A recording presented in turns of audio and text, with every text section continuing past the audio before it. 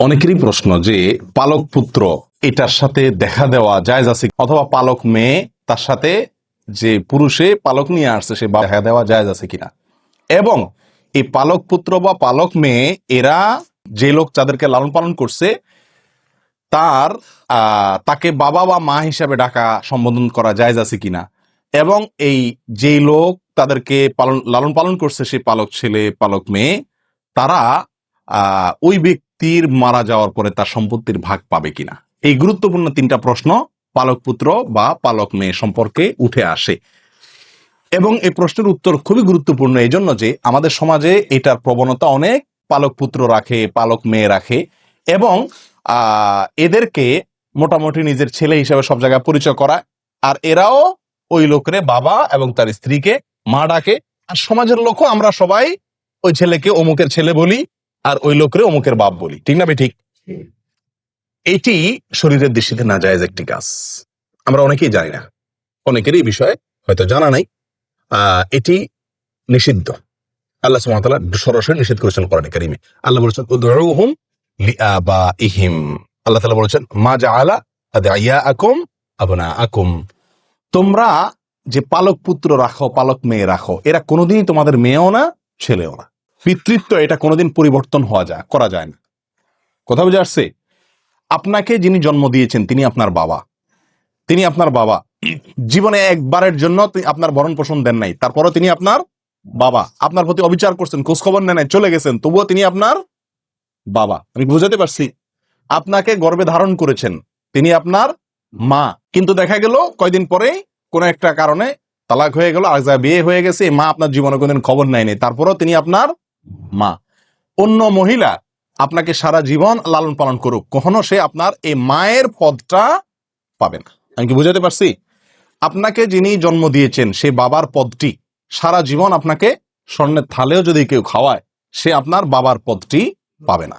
কিন্তু আমাদের দেশে সাধারণত যে লালন পালন করে পালক আনে তাকে ওই ছেলে মেয়েরাও বাবা ডাকে, আর বাবা ওই লোকও তাদেরকে ছেলে মেয়ে হিসাবে সমাজের লোকের কাছে পরিচিত করে, আর সমাজের লোকজনও আমরাও সবাই কি তাদেরকে ওই লোককে অমুকের বাপ অমুকের মা, আর ওই ছেলে মেয়েগুলাকে অমুকের ছেলে অমুকের মেয়ে বলে আমরা সম্বোধন করি। এটা জায়েজ না, এটা জায়েজ নাই ভাই। এবং এই নাজায়েজ কাজটি আমাদের সমাজে হাজার হাজার মানুষ করতেছে অবলীলায়, না জেনে। নিষেধ, সরাসরি নিষেধ। নবী সাল্লাল্লাহু আলাইহি সাল্লাম যায়েদ ইবনে হারেসাহ রাদিয়াল্লাহু তাআলা আনহুকে পালক আনছিলেন, পালক আনার মতো এরকম তাকে লালন পালন করছিলেন। লোকেরা সাহাবীরা সবাই বলা বলি করতে শুরু করছে যায়েদ ইবনে মুহাম্মদ, যায়েদ ইবনে মুহাম্মদ মানে মুহাম্মদ সাল্লাল্লাহু আলাইহি সাল্লামের ছেলে, এরকম বলা শুরু করছে।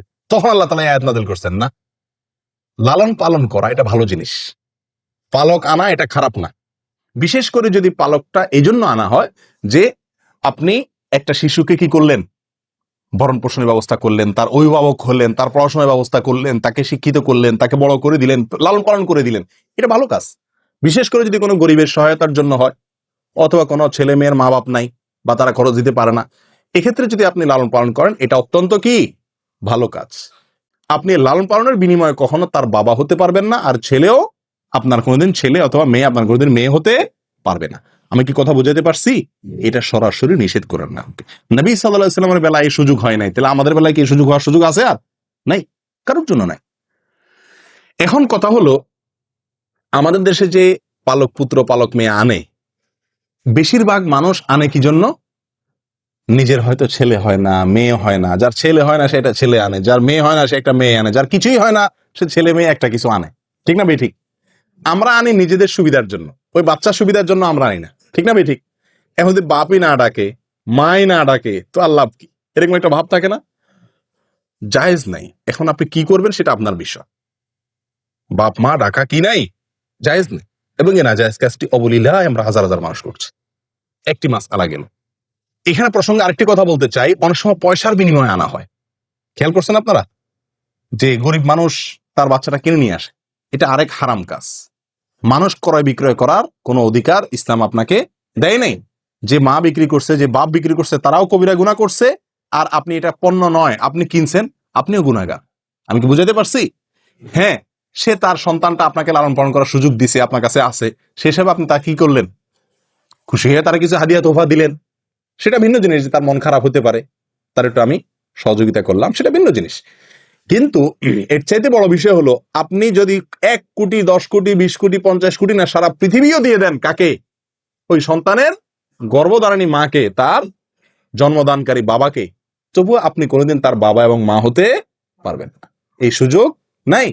মনে চাইতেছে বাচ্চা পালন করার, পালাতে বাধা নেই, কিন্তু বাবা হইতে পারবেন না, মাও হতে পারবেন না।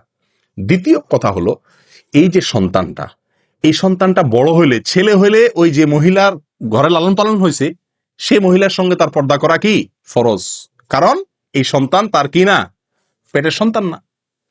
আবার যদি মেয়ে লালন পালন করে, তাহলে যে বাবা মতো যে লালন পালন করছে, যার বাসা লালিত পালিত হয়েছে, ওই পুরুষের সাথে এই মেয়ের দেখা দেওয়া কি হারাম। আমি কি বুঝাতে পারছি? কিন্তু এটার উপরে আমল করে কে? এখন কথা হলো, একই ঘরে থাকলে এই ছেলেকে এই মেয়েকে সারা জীবন লালন পালন করলাম, ছেলের মতো মেয়ের মতো করে, তার বাপ মা খুশি হয়ে আমার কাছে লালন পালন করার সুযোগ দিছে, তো এটা কিভাবে সম্ভব যে তার সাথে পর্দা করব? আপনি তার সাথে পর্দা না করতে চান, এই ছেলে যখন ছোট ছিল, এই মেয়ে যখন ছোট ছিল, তার উপায় হলো তখনই তাদেরকে আপনার স্ত্রীর দুধ যে কোনো ভাবে চিবিয়ে চাবিয়ে কোন রকম দুধ খাওয়াই দেন, তাহলে আপনার দুধ সন্তান হয়ে গেল। এই ছেলে আপনার কি হয়ে গেল? এখন আপনি বাবা মাও বলা যাবে, দেখাও দেওয়া যাবে, কারণ দুধ সন্তানের সাথে দেখা দেওয়া যায়। ওই মহিলার যদি দুধ না থাকে, আপনার বোনের দুধ খাওয়াই দেন। কথা বুঝে আসছে? এক কথায়, অথবা মহিলার বোনের দুধ খাওয়াই দেন, তাহলে অন্তত মহিলার সাথে দেখা দেওয়ার সুযোগ হবে।